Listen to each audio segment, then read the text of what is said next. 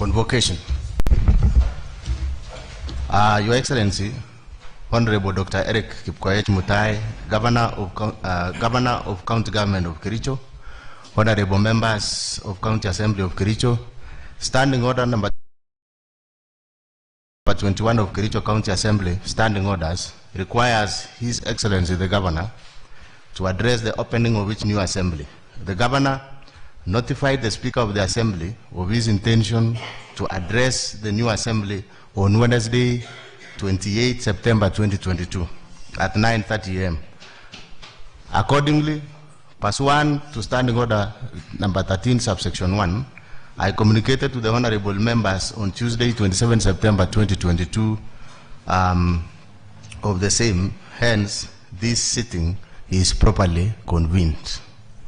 Consequently, it is now my singular honor and privilege to invite His Excellency the Governor of the County Government of Kericho to address the third new assembly. Karibu Bwana Governor.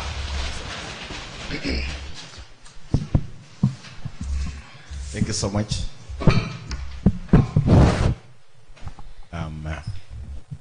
Thank you so much, Deputy Governor, the Honorable Speaker, Dr. Erick Mutai, honorable members, the Clerk of the County Assembly, ladies and gentlemen, good morning. Mr. Speaker, sir, I'm elated to address the inaugural sitting of the third County Assembly of Kericho. Allow me from the onset, honorable members, to congratulate you on your election to this House of Honor. Many desired and many mounted massive campaigns to step into these historical blessings, but only the 47 among of you found favor amongst the electorate to carry that mandate with distinction and with the honor it deserves. Honorable members, allow me to once again congratulate the Speaker, Dr. Erick Mutai, on his election to steer the third County Assembly. May you rise to the occasion, Honorable Speaker, and discharge your mandate with distinction and within the Constitution timelines.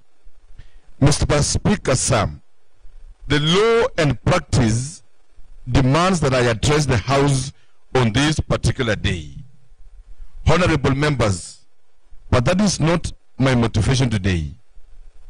My motivation today is the belief that we are a family and needs to be engaging on regular basis.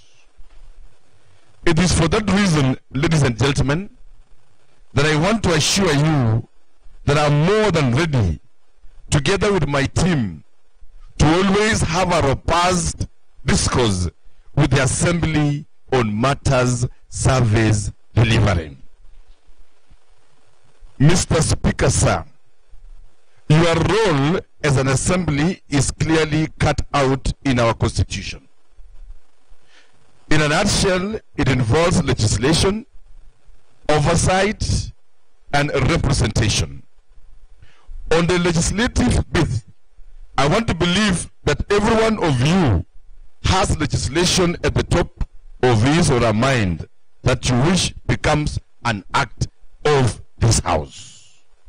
It is my sincere hope and belief that at the end of the third assembly, every MCA shall have legislation under his or her name, because in essence, that is why you are a legislator. My office shall provide the necessary logistical support to ensure that we churn out quality legislations. Mr. Speaker, sir, for the legislative proposals that emanate from my office, I have equally directed the relevant departments that only quality legislations are transmitted to the Assembly for consideration. Even as I call for legislations, it is my desire that we avoid duplication of legislations. Let us only do it where there is a genuine need for one. I want to undertake that I will not hesitate to assent to legislations that have met the set threshold. On the oversight, Mr. Speaker, sir, I want to reiterate that my administration submits itself to the authority of this House. In the next few days, I will be sending names of men and women that I have considered to help me execute my mandate at the County Executive Committee members, County Secretary, and Chief Officers. I believe that will be your first call on the oversight role. I guarantee you that I have compiled a list of passionate and hardworking people within the constitutional threshold who may be humble in means but rich in ideas. Continue holding them to account after giving your input on their nominations. Table their agendas in this House, bring their grievances to my office, and let us put our minds together on how best we can address their concerns. My success is your success, honorable members, and the contrast also applies.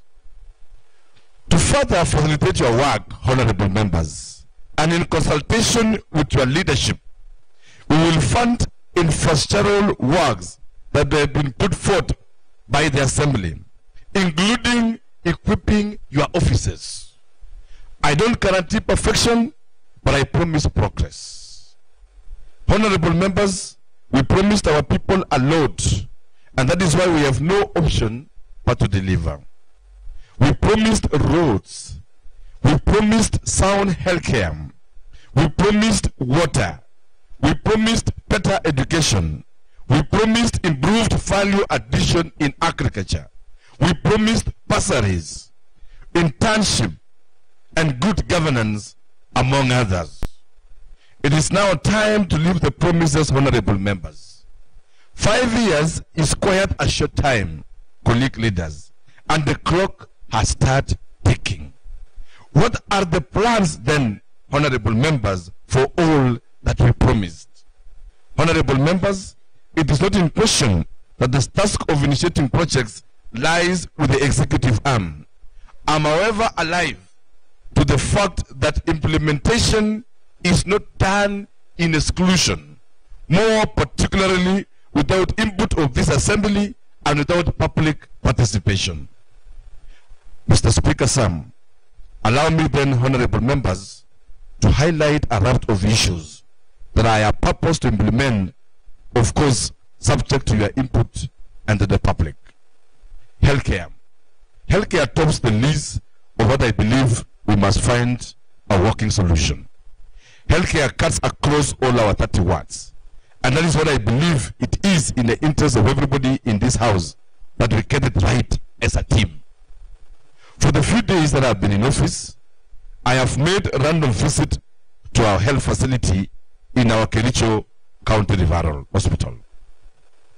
Honorable members, we have no drugs in our hospitals, no medical equipment.